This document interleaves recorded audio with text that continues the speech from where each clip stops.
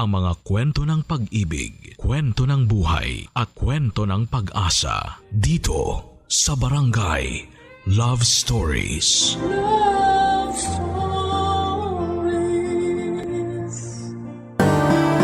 Lahat tayo ay nakagagawa ng mali, ngunit hindi ibig sabihin ay masamang tao na tayo. Kaya nga importante na piliin nating ituwid ang mga pagkakamaling yon sa pamamagitan ng paninindigang hindi tayo gagawa ng parehong kasalanan. Ikaw kabarangay, minsan ka na bang nagkamali sa iyong buhay?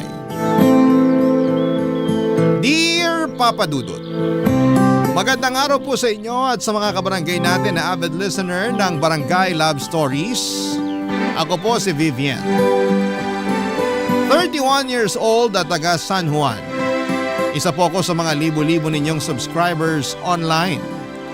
Libangan ko na talagang makinig ng mga life and love stories ninyo dahil bukod sa nakaka-relate ako rito, ay meron din akong natututuhang aral. Kaya naman naisip ko na magbahagi rin ng sarili kong istorya na kapupulutan ng aral at inspirasyon ng mga kabarangay. Bukod sa akin ay nakikinig din pala sa programa ninyo ang Mama Judy ko. Nasa bahay lang naman kasi siya at ang pinagkakabalahan lang niya ay ang mga pa-order niyang pastries tulad ng cakes, cupcakes at iba pang mga tinapay. Pero wala naman siyang physical store. Habi lang niya talagang mag-bake hanggang sa naisipan naming magbenta dahil masarap naman talaga. At dahil nga sa sipag at tiyaga, samahan pa ng dedikasyon, naging kilala ang mga paninda ni Mama kaya dumami rin ang mga suki niya. Mahal na mahal ko ang mama ko. Siya lang kasi ang nagpalaki sa akin at bilang single parent ay saludo ako sa katatagan at determinasyon niya, Papa Dudut.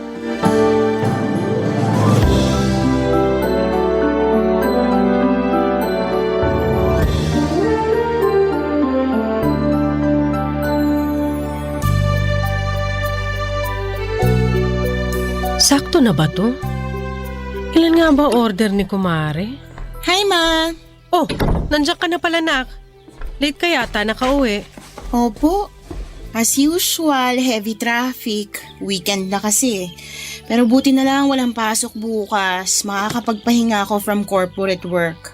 Oo nga. Kumain ka na. Nagluto ko ng paborito mong adobo. Wow! The best ka talaga! Pero mamaya na ako kakain. Gusto ko munang ilapat sa sofa tong likod ko. Ay, grabe, ang sarap! Kung makareact naman to, akala mo matanda na. Sobrang sakit pa ng likod mo? Bata-bata mo pa. Pag naranasan nyo mag-commute, hindi nyo na masasabing bata pa ako. Kasi naman, bago ako nakasakay ng UV kanina, pumila muna ako ng pagkahaba-haba. Ilang oras din akong tumayo kaya pati binti ko nangangalay na. Gusto mo bang pahiram ko ng eucalyptus oil yung binti mo? Naku, ako na po. Mukhang di na nga kayo magkanda-ugaga dyan sa mga pa-order nyo eh. Ang dami ah. Ah, ito ba? Oo, para raw sa dibo ng anak ng kumari ko.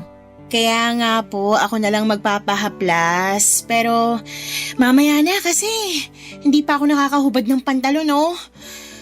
So hassle. Ay nako, puro ka talaga mamaya. Sabi niyo nga sa akin, ang buong pangalan ko ay Vivian Mamaya. Tanda ko pa yon kahit matagal niyo nang sinabi sa akin. Buti naman kasi wala ka ng bukang bibig kundi mamaya. Lalim nun ah. May problema po ba? Wala naman. Huhulaan ko. Tungkol ba dyan sa mga pa-order mo? Hindi, walang kinalaman to ron. Sige, sasabihin ko na sa'yo. Ang totoo na stress ako doon sa tatay mo. Bakit po? Sabi na sasamahan daw ako sa pagde-deliver ng mga order sa akin. Pero biglang hindi matutuloy kasi pinapasama daw siya ng asawa niya sa kung saan. Ewan? Hayaan nyo na lang po si Papa. Lagi naman niya kayong pinapaasa eh. Magsasabi na sasamahan kayo tapos hindi matutuloy kasi biglang may lakad sila ng asawa niya. Naisip ko lang naman na sayang kasi makakatipid din ako sa pamasahe. Tsaka siya naman may sabi na kaysa ibayad ko raw sa iba, ihahatid na lang niya ako. Total, invited din naman ako dun sa birthday party. Hanggang ngayon ba naman nagpapapaniwala pa rin kayo sa mga sinasabi ni Papa? Mukha naman siyang seryoso. Mukha lang pero hindi talaga. Parang di nyo kilala si Papa, nuknukan ng sinungaling at paasa. Huwag ka naman magsalita ng ganyan sa papa mo, nak. At bakit hindi? Kasi tatay mo pa rin siya. Basta ako, hindi na naniniwala sa kanya, Ma. Lagi na lang napapako yung mga pangako niya eh. Pinapaasa niya lang tayo kaya nadala na ako. Tsaka, kaya naman natin yan kahit wala siya. Tutulungan ko kayo. Ako na rin mamamasahe para hindi nyo naalalahanin. Huwag na. Nakakahiya naman sa'yo. Mapapagastos ka pa. Wala pong kaso sa akin yun. Tsaka, pwede po bang tigilan nyo na yung pakikipag-usap nyo kay Papa? I mean, baka kasi malaman na naman ng asawa niya na may communication kayo tapos sumugod na naman yung dito't manggulo.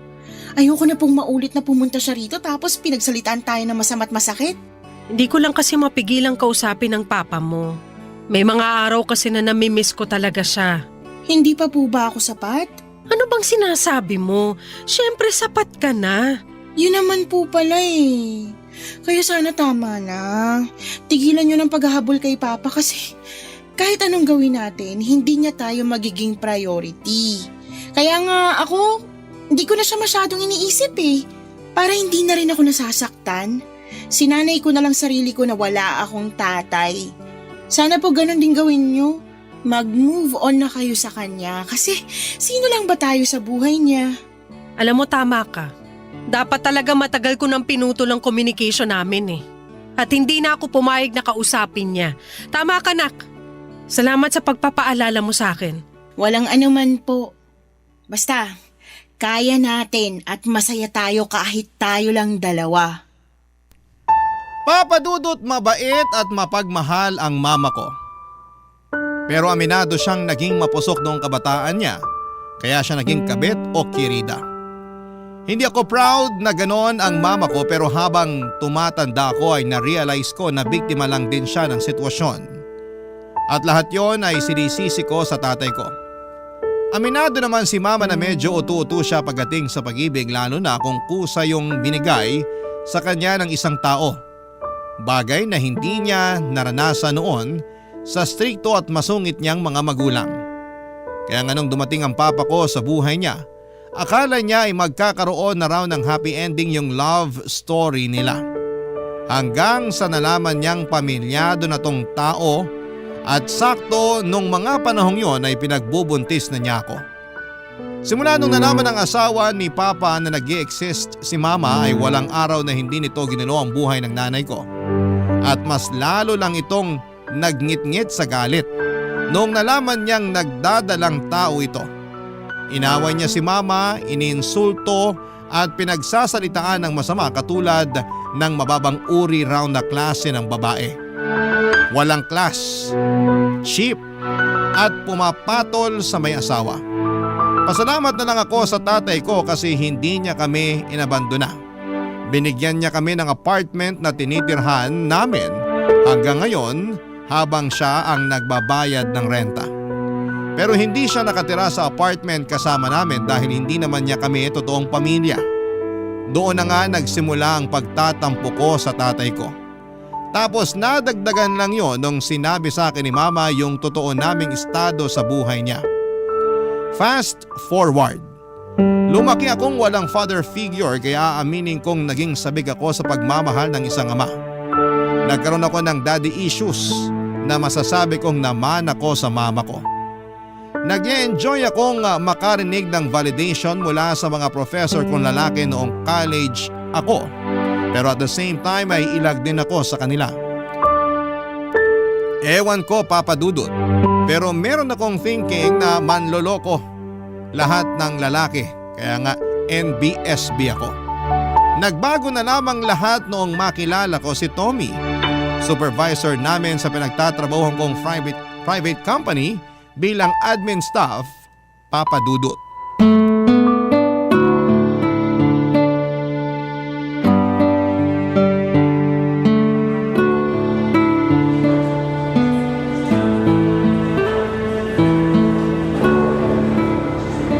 Wow! Hindi ko akalain na masarap ang mga pagkain nyo rito sa kantin ha. Doon kasi sa dati kong trabaho, matabang at kulang sa timpla. Nako sir, yun din talaga unang komento ko nung first time ko rito.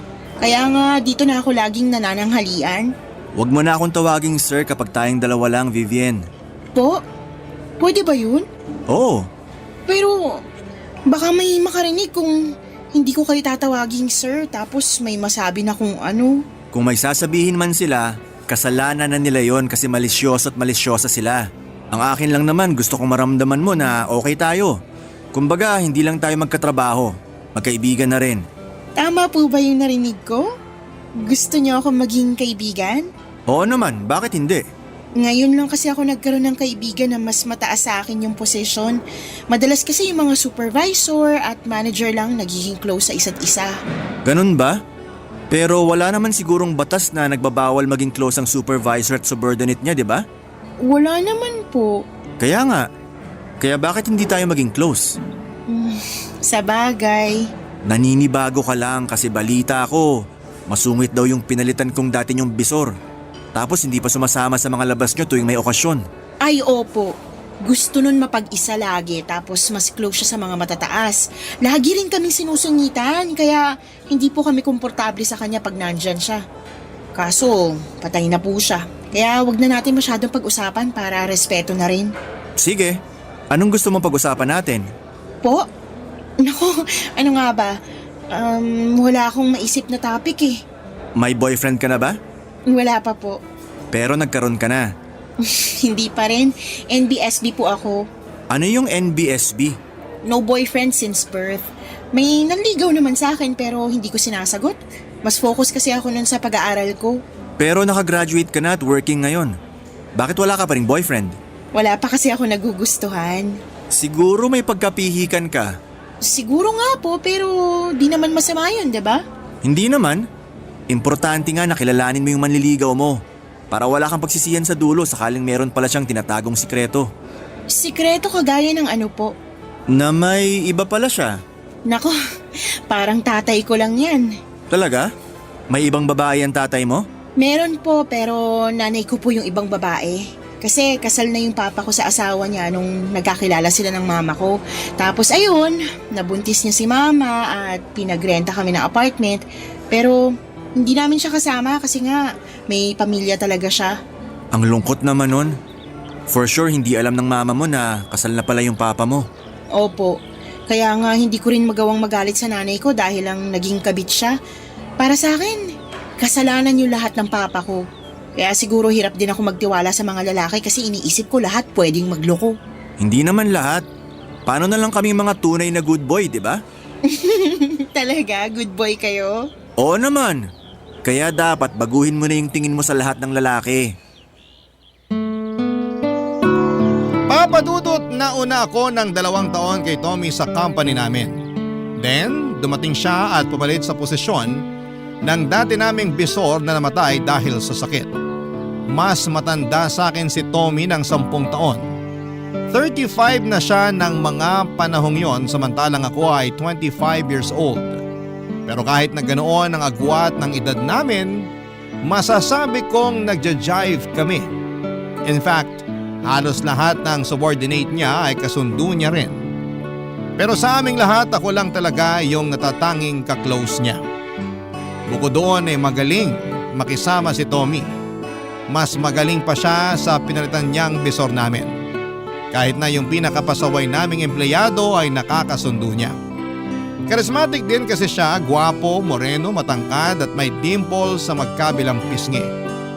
Napaka-expressive din ng mga mata ni Tommy. Sa katunayan ay para akong naingkanto kapag tinititigan ko ang mga yon. Tapos ay sasabayan pa niya ng makalaglag panty na mga ngiti. Para akong maiihi sa kilig, papadudot. Ewan ko ba pero simula nang makilala ko si Tommy at naging close kami ay biglang nagbago ang pananaw ko sa mga lalaki. Siguro hindi naman lahat katulad ng tatay kong manloloko, papadudot. Barangay Love Stories. Barangay Love Stories. Papadudot sa loob ng 2 taon ko sa trabaho, mabibilang ko lang talaga yung araw na pumasok ako na may ngiti sa labi. Yun bang excited magtrabaho kasi makikita ko na ulit yung crush ko. Oo, crush ko na si Tommy ng mga panahong yon. Alam ko na crush din siya ng BFF kong bading sa kabilang department, pati na rin yung byuda naming manager. At kahit na nga yung lady guard naming titibo-tibo ay naobserbahan kong todo ang ngiti at pa-cute kapag nagka-clock in at clock out si Sir Tommy.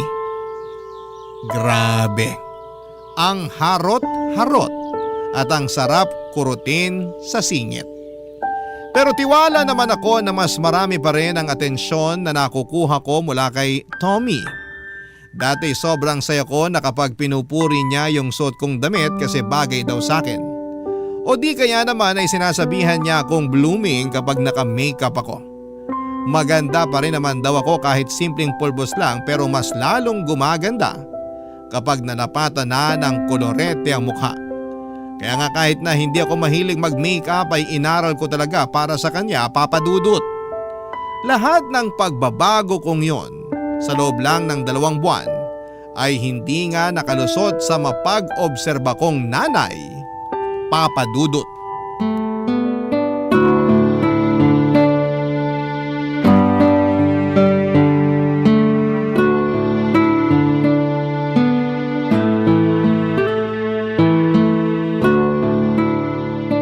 Nako, siguro may boyfriend ka na kaya panay makeup mo na. Ma, naman. Hindi ba pwedeng dahil feel ko lang kasi maganda pala ako pag naka-makeup? Maganda ka kahit walang makeup. Kaso, mas maganda pala pag meron. Tsaka, baka panahon na rin para matuto ako mag-makeup. Hindi yung pulbus lang at lipstick yung alam kong i-apply sa mukha ko. Okay, pero hindi ako naniniwala na wala kang pinagagandahan. Dumaan din naman ako sa ganyan, nak. Kaya sabihin mo na lang sa akin kung meron ka na bang boyfriend. Mama mo ko, karapatan ko malaman yun. Kinonsensya mo pa talaga ako. Ano na nga? Meron na ba?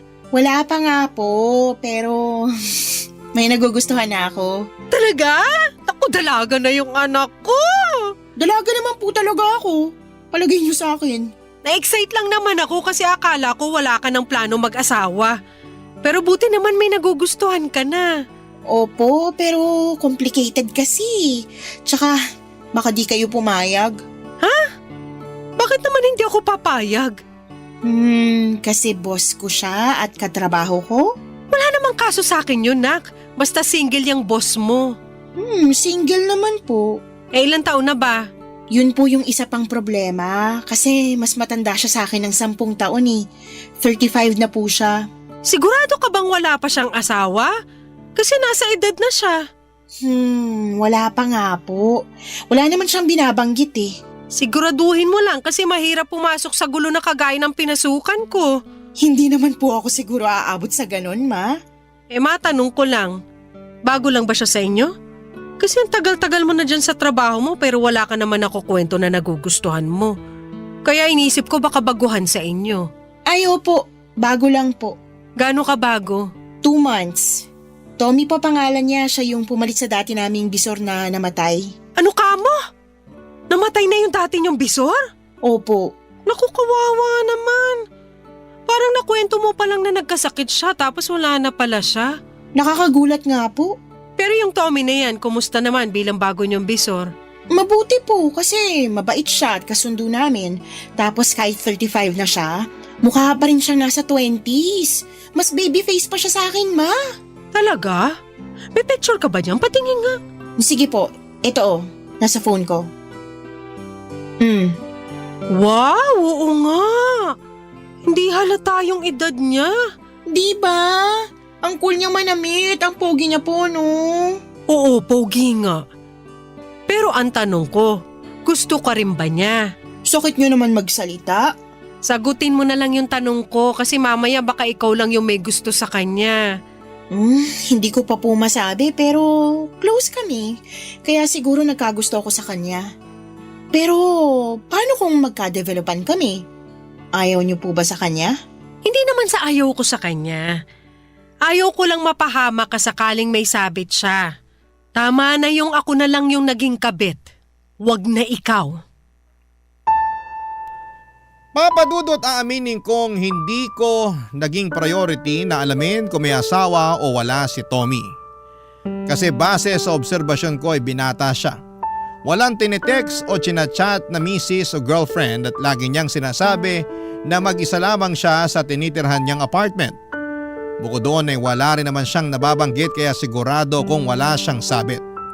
Malinis din ang Facebook account niya kung saan kami friends.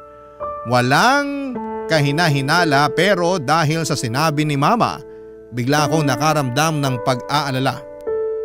Moderno na ang panahon, hindi na dapat basta-basta naloloko ang mga kababaihan. Alam ko na concern lamang si Mama sa kapakanan ko dahil ayaw niyang matulad ako sa kanya. Nakabit na kung tawagin ang mga legal wife ay cheap, walang class at mababang uri ng mga babae. Hindi naman kasi talaga maganda ang maging isang kabit at makasira ng pamilya.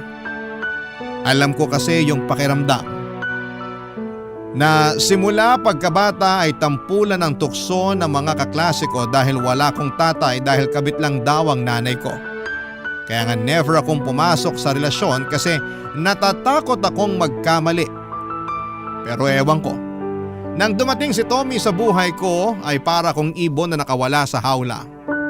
At naging malaya. At gusto ko ang pakiramdam na yon kaya naman tinuloy ko pa rin ang feelings ko sa kanya. Kahit na may agam-agam ako sa dibdib.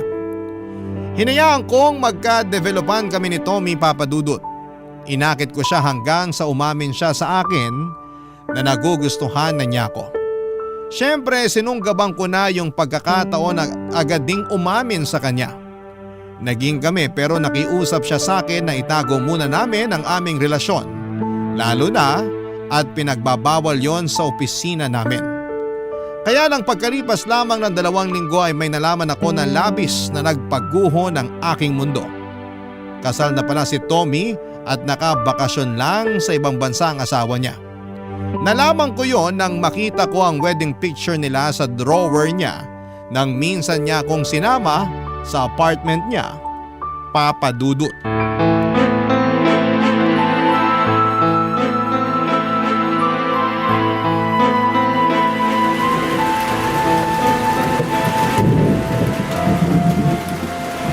Tommy, sino tong babaeng to?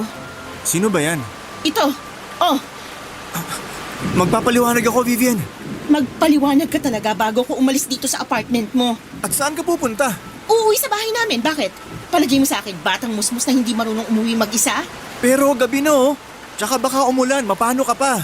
Wala akong pakialam. Kaya bago ko gawin yun, magpaliwanag ka na. Sino tong babaeng kasama mo sa picture na to? Asawa mo? Oo. Walang niya ka. Kasal ka na pala. Sorry, okay? Hindi ko nasabi kasi... Kasi bakit mo ba naman sasabihin, di ba? Eh di pag nalaman ko, syempre lalayuan kita. At ayokong layuan mo ko kaya hindi ko na sinabi. Ginawa mo kong kabit, Tommy. Wala kang konsensya. Hindi na rin naman kami okay ng misis ko eh. In fact, wala siya ngayon sa apartment ko kasi mas inuna niya pang puntahan yung peste niyang business trip. Kaya naman pala. Wala palang pusa kaya malikot ang daga. Wag mo naman sabihin yan oh. At bakit hindi ko sasabihin? Kapal ng mukha mo. Akala mo hindi masakit yung ginawa mo. Hindi ko naman sinasadya. Pero wag mo sanang isipin na hindi totoo yung mga pinakita at pinaramdam ko sa'yo. Mahal kita, Vivian. Pero kasal ka nga. Nasa business trip lang yung misis mo, hindi pa kayo hiwalay. Alam mo, mahal din naman kita eh. Pero hindi ko pinangarap na maging kabit. Alis na ako. Ayoko magstay sa lugar na to kasama yung sinungaling na katulad mo. Please, wag kang umalis. Wag mo akong iwanang mag-isa dito. At bakit hindi? Ayusin natin to. Ayoko mawala ka sa akin. Hindi na natin maaayos to kasi nung una pa lang, hindi ka na nagsabi ng totoo. Nakakatawang isipin na panay sabi ka pa sa akin na iba ka sa lahat, na good boy ka pero hindi naman pala.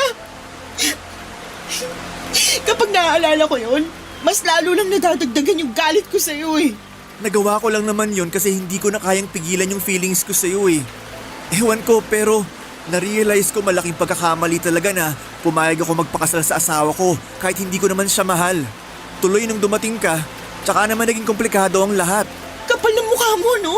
Sinisi mo pa talaga ako? Hindi kita sinisisi. Hindi raw, pero rinig na rinig ko kaya. Alam mo, kasalanan mo yan. Ikaw lang naman na nagloko, dinamay mo pa ako.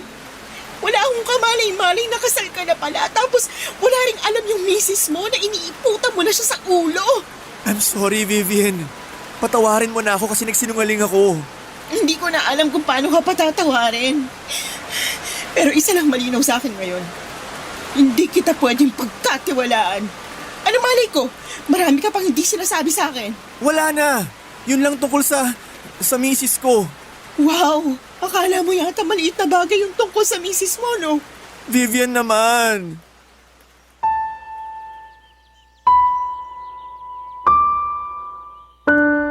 Papadudot 1 year na palang kasal si Tommy pero dahil busy ang misis niya sa mga business trip nito ay unti-unti na raw nawawala yung pagmamahal niya rito. At lahat ng yon ay napunta na raw sa akin. Kaya naman ayaw niyang pumayag na maghiwalay kami. Mahal ko na rin naman siya noon at masakit talaga sa akin na tapusin ang aming relasyon. Pero ayokong maging isang kabit. Mali ang maging kabit at kahit kailan ay hindi yun magiging tama kahit na sabihin mong nagmamahalan pa kayo ng taong gustong gusto mo. Pero matigas ang ulo ni Tommy. Hindi niya tinanggap ang pakikipaghiwalay ko. Mas naging mapilit pa siya sa akin. Buti na lamang at profesional pa rin siyang kumilos sa trabaho kaya hindi halata na may something sa aming dalawa.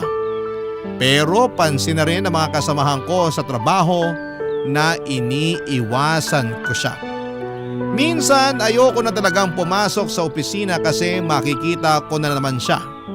Nakakatawa na dati-rati inspired at excited po ako na makita ko siya pero matapos kong malaman ang lahat ay parang gusto ko na lamang mag-awol at hindi na magpakita pa sa pinagtatrabahuhan naming dalawa, Papa Dudut. Barangay Love Stories. Barangay Love Stories. Papa Dudut, dahil makulit at mapilit si Tommy ay pinagbigyan ko siya na makipagkita sa kanya noong nagsabi siya na gusto niya akong makausap. Sakto weekend kaya nagpunta kami sa isang restaurant sa Tagaytay. Nag-lunch at nag-usap. Sinabi na naman niya na wala siyang masamang intensyon sa akin at handa siyang itama anuman ang pagkakamali niya sa aming relasyon. Doon na siya nangako na makikipaghiwalay sa asawa niya sa lalong madaling panahon. Naramdaman ko naman yung sinseridad niya sa bawat salitang binitawan niya, Papa Dudut. Sa katunayan ay naging masaya ako sa pag-uusap namin yon habang kumakain. Hindi ko na lamang namalayan na hinahawakan niya yung kamay ko sa kalagitnaan ng pag-uusap namin. At hinayaan ko lang yon dahil masarap sa pakiramdam. Inihatid naman ako ni Tommy sa bahay namin kasi inabot na kami ng gabi. Alalang-alala si Mama at akala niya ay napano na raw ako. Hindi kasi ako nakapagsabi sa kanya kung saan ako pumunta. Nagsinungaling na lamang ako na may nilakad, butit hindi na masyado nagtanong pa ang nanay ko. Nagpatuloy ang relasyon namin ni Tommy pero habang tumatagal, imbes na maging masaya ay unti-unti akong kinakain ng konsensya.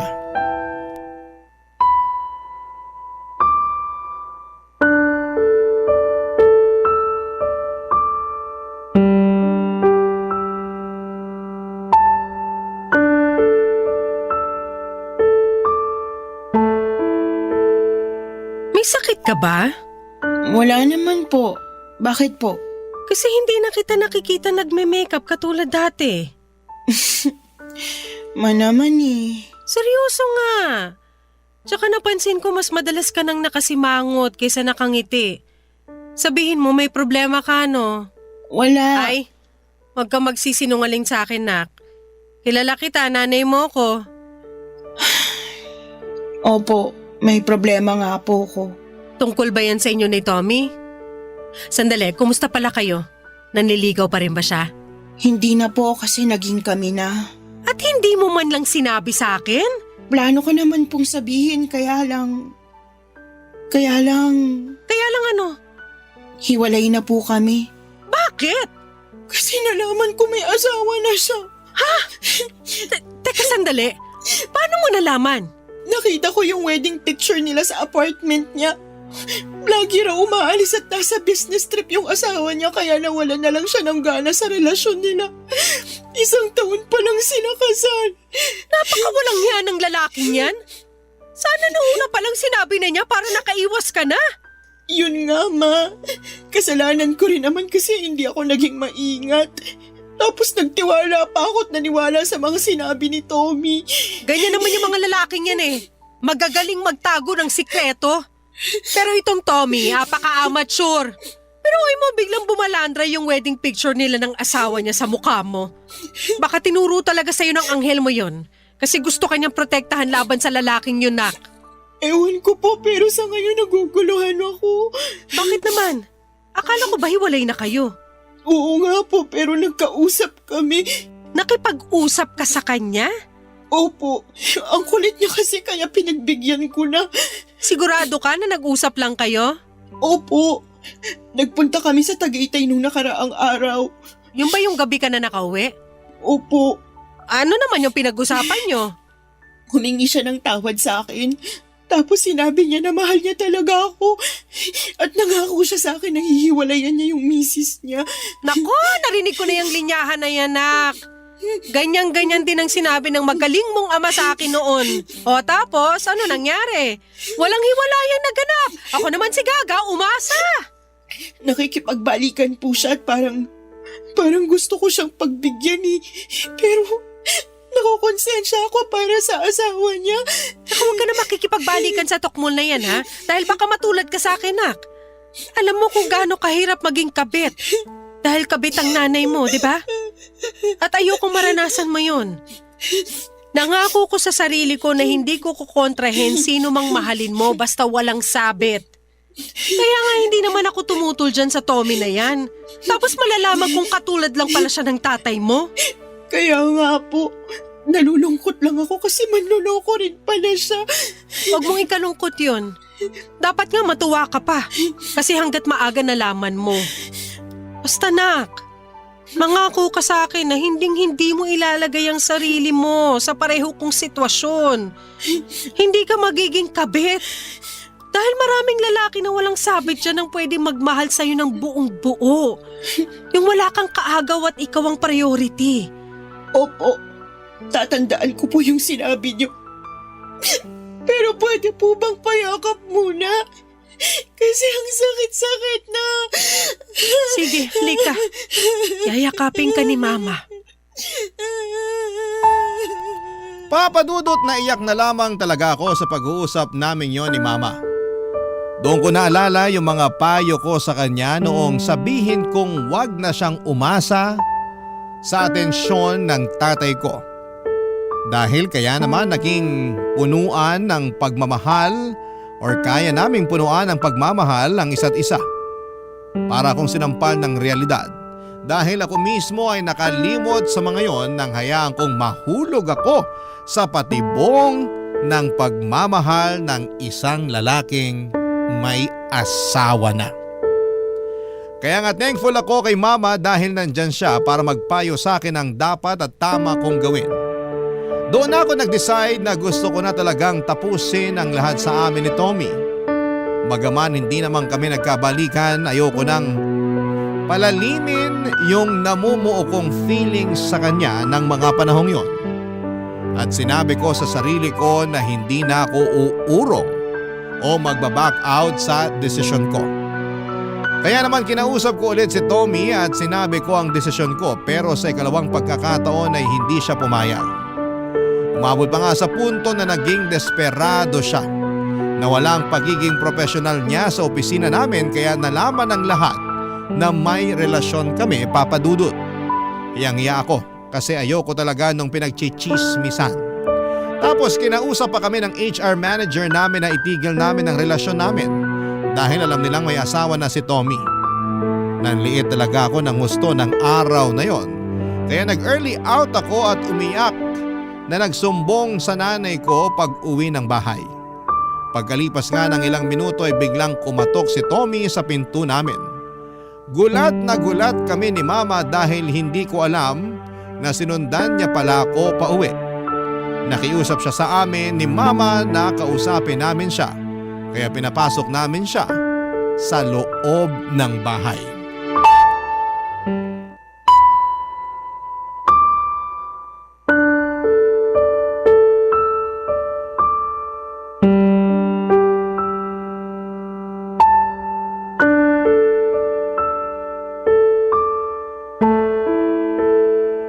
Ano pa bang gusto mong pag-usapan natin? Hindi pa ba sapat yung kasunduan natin sa office na ititigil na natin kung anong meron sa atin? Pero hindi ko kaya. Anong hindi mo kaya? Baliw ka na ba? Baliw na kung baliw pero oo. Anong magagawa ko? Mahal na nga kita. Tigilan mo yung pagsasabi mo na mahal mo yung anak ko matapos mo siyang gawing kabit! Hindi niyo po kasi naiintindihan, tita. Anong hindi ko naiintindihan? Sige nga, ipaliwanag mo! Mahal ko nga po yung anak niyo. Tsaka nangako naman ako kay Vivian na hihiwalayin ko yung misis ko kasi ayaw ko na sa kanya. Kung makapagsalita ka, para nagpapalit ka lang ng damit Nakapagluma na o hindi kaya nagsawa ka na, ayawan mo na? Ganyan ba talaga kayo makasinungaling at manloloko? Para naman kayong baliw, tita eh. Ano sinabi mo? Bakit mo sinabihan ng baliw si Mama? Hirap kasi paintindihin niyang nanay mo. Kung makapang-insulto sa akin at sabihan ako manloloko, akala mo hindi nagpaloko nung naging kabit ng tatay mo. Ang kapal na mukha mong sabihin yan dito sa pamamahay ko mismo! Pasensya na po, okay? Nabigla lang ako. Sinadya mo talaga yon. Hindi nga. Ang lakas ng loob mong pagsabihan ng ganyan si Mama. Lalo lang tuloy ako naiinis sa'yo.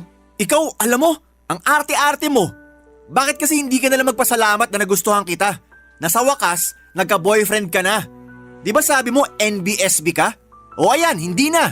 NBSB ako dahil ginusto ko, dahil natatakot ako na baka lahat ng lalaki katulad ng tatay ko. Hindi nga ako nagkamali dahil mas masahol ka pa sa kanya. Ewan ko ba naman sa'yo kung bakit hinahabol mo pa rin ako? Ayoko na nga makipagbalikan sa'yo. Huwag ka nang umasa na babalik sa'yo ang anak ko! Dahil ako na mismo ang kokontra! Kapal na mukha mong sabihin na magpasalamat sa'yo ang anak ko kasi nagustuhan mo siya? Hoy! Para sa kaalaman mo, pinalaki ko na mabuti ang anak ko para hindi maging kabit na katulad ko! Kasi alam ko yung hirap ng pagiging kabit! Alam ko rin na mali! Kaya lang gusto ko yung itama! Tapos bigla ka susulpot sa buhay niya? Para lang gawin siyang kabit? Nasaan ang konsensya mong lalaki ka? Ginusto rin naman ng anak niyo yon. Kaya dapat sisihin niyo rin siya. Anong ginusto? Hindi ko ginusto maging kabit mo. Kaya nga nung nalaman kong kasal ka na nakipaghiwalay na ako sa'yo, diba? Pero makulit ka. Ayaw mo at pinilit mo pa akong kausapin para makipagbalikan. Walang alam ang anak ko! Binilog mo lang yung ulo niya! Hindi ko nakasalanan kung may pagka-utu-utu yung anak mo. Anong sinabi mo? Kapal ng mukha mo! Akala ko ba nagpunta ka rito kasi gusto mo makipag-usap? Pero bakit ngayon bigla mo na lang kaming iniinsulto at dito pa talaga sa pamamahay namin? Oo nga, pero nagbago na isip ko. Ang arte mo kasi. Hindi ko na alam kung paano pa kita makukumbinsi. Sa pinagsasasabi mong yan sa amin ng mama ko, mas nadadagdagan lang yung dahilan para layuan na talaga kita. Yung tipong kahit pagkakaibigan, hindi ko ibibigay sa katulad mo. Umalis ka na sa bahay namin, Tommy! Tigilan mo na rin ang anak ko, kundi ipapabulis kita! Papa Dudut, umalis din si Tommy sa bahay namin at naiwan kaming nanginginig sa galit ni Mama. Ang kapal ng mukha niyang insultuhin ang nanay ko at pagmukhaing mababang uri ng babae. Dahil lang naging kabit ito. Wala siyang alam sa pinagdadaanan namin at hindi niya alam na lumuha ng balde-balde ang nanay ko nang dahil sa tatay ko. Kaya wala siyang karapatan na pagsalitaan ng ganon si Mama. Nang araw na yon ay galit na galit ako kay Tommy at magpahanggang sa ngayon ay kinamumuhian ko siya. Gusto kong gumanti sa kanya, gusto ko siyang isumbong sa asawa niya pero hindi ko na ginawa dahil pinayuhan ako ni Mama na baka balikan ako ng misis niya. Na mas paniwalaan nito si Tommy dahil certified sinungaling yon at magaling magpaikot. Kaya nga nanahimik na lamang ako.